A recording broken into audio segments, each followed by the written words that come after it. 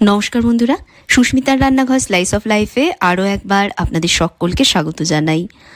আরও একটা ঘরোয়া, সহজ ও ভীষণই সুস্বাদু রান্না আপনাদের জন্য নিয়ে এসেছি আজকের পর্বে। একঘেয়ে ডিম আলু ঝোল থেকে একটু ভিন্ন স্বাদের আলাদা কিছু রান্না করতে হলে অবশ্যই আজকের রেসিপিটা বানিয়ে দেখবেন। ভাত, রুটি, পরোটা সব কিছুর সাথেই কিন্তু এটা অসাধারণ খেতে লাগবে। এই রান্নাটা করবার জন্য আমি এখানে 6টা হাঁসের ডিম আর 2টো বড় আলু একসাথে সেদ্ধ করে নিয়েছি। সেদ্ধ করে নেবার পর খোসা ছাড়িয়ে নিয়ে আলুগুলোকে ছোট করে কেটেছি আর ডিমের গায়ে এভাবে করে 2টো করে কাট লাগিয়ে নিচ্ছি।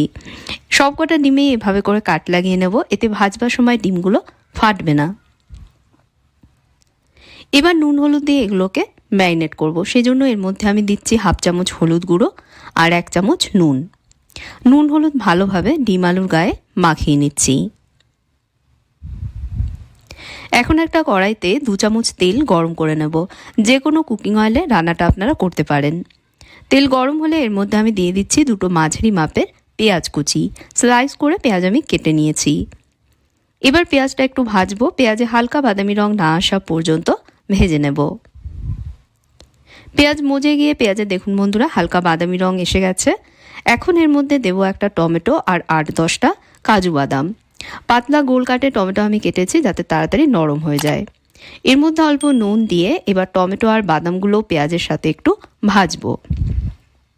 টমেটো নরম না হওয়া অবধি ভাজবার সময় কড়াইটা আমি ঢাকা দিয়ে দিচ্ছি যাতে তাড়াতাড়ি টমেটো নরম হয়ে যায়। এভাবে 2 মিনিট ভাজতেই টমেটো দেখুন বন্ধুরা নরম হয়ে গেছে। হাতা দিয়ে একটু চাপ দিতেই কিন্তু গলে যাচ্ছে। এবার এগুলোকে একটু ঠান্ডা করে নেব। ঠান্ডা করে নেবার পর একটা গ্রাইন্ডার জারে এগুলোকে ট্রান্সফার করব। তো ঠান্ডা হলে আমি একটা গ্রাইন্ডার জারের মধ্যে এগুলোকে তুলে নিয়েছি। এর সাথে অ্যাড করছি 1 মুঠো ডাঁটি সমেত ধনেপাতা। এবার সব একসাথে মিহি করে বেটে নেব। আপনারা চাইলে শিলনোড়াতেও কাজটা করতে পারেন। এবার ওই একই কড়াইতে আরও একটু তেল গরম করে নিচ্ছি। তেল গরম হলে নুন হলুদ মাখিয়ে রাখা ডিম আলুগুলো কড়াইয়ের মধ্যে দিয়ে দিচ্ছি। এবার এগুলোকে হালকা একটু ভেজে নেব। ডিম আলুতে হালকা রং না আসা অবধি ভাজবো। গ্যাসের আঁচ হাই রেখে আমি আলু ডিম ভেজে নিচ্ছি। দেখুন বন্ধুরা ডিম আলু ভাজা হয়ে গেছে। এবার ভেজে নেওয়া ডিম আলুগুলো কড়াই থেকে আমি তুলে নিচ্ছি। কড়াইয়ের অবশিষ্ট তেলে দিচ্ছি 2টো তেজপাতা, 2টো শুকনো লঙ্কা, 2টো দারচিনি আর 3টে ছোটো এলাচ। লঙ্কাগুলো আমি ছিঁড়ে দিয়েছি।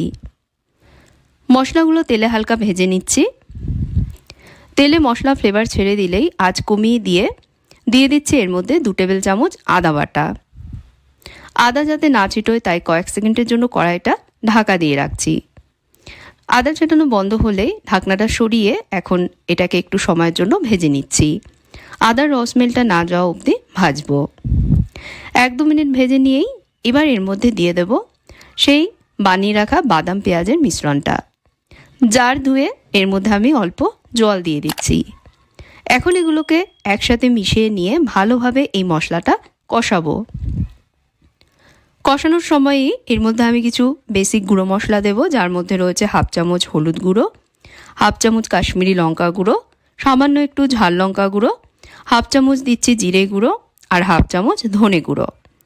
অল্প জল দিয়ে এখন এগুলোকে ভালোভাবে মিশিয়ে নিয়ে মশলাটা কষাবো।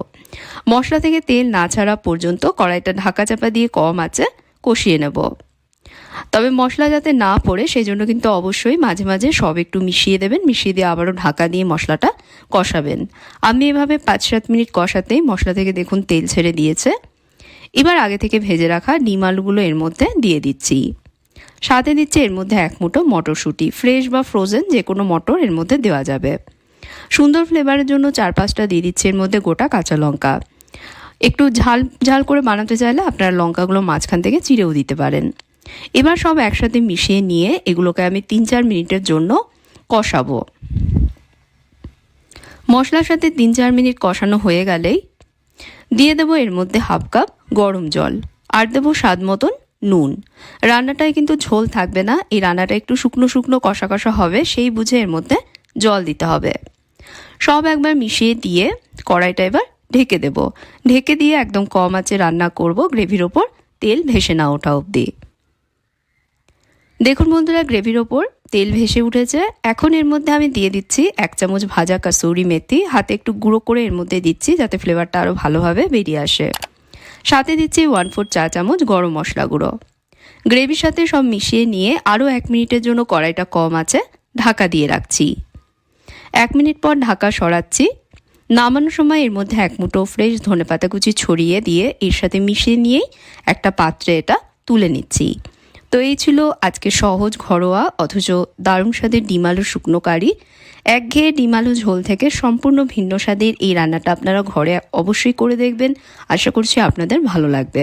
আর ভিডিওটা কেমন লাগলো কমেন্টসে জানাবেন। ভালো লেগে থাকলে লাইক এবং শেয়ার করতে ভুলবেন না। আর চ্যানেলে অবশ্যই সাবস্ক্রাইব করবেন, সাথে ফেসবুক পেজেও আমায় ফলো করে নেবেন। তাহলে আজকের মতন বিদায় নিচ্ছি বন্ধুরা। আপনারা ভালো থাকবেন, ভালো রাখবেন। ধন্যবাদ।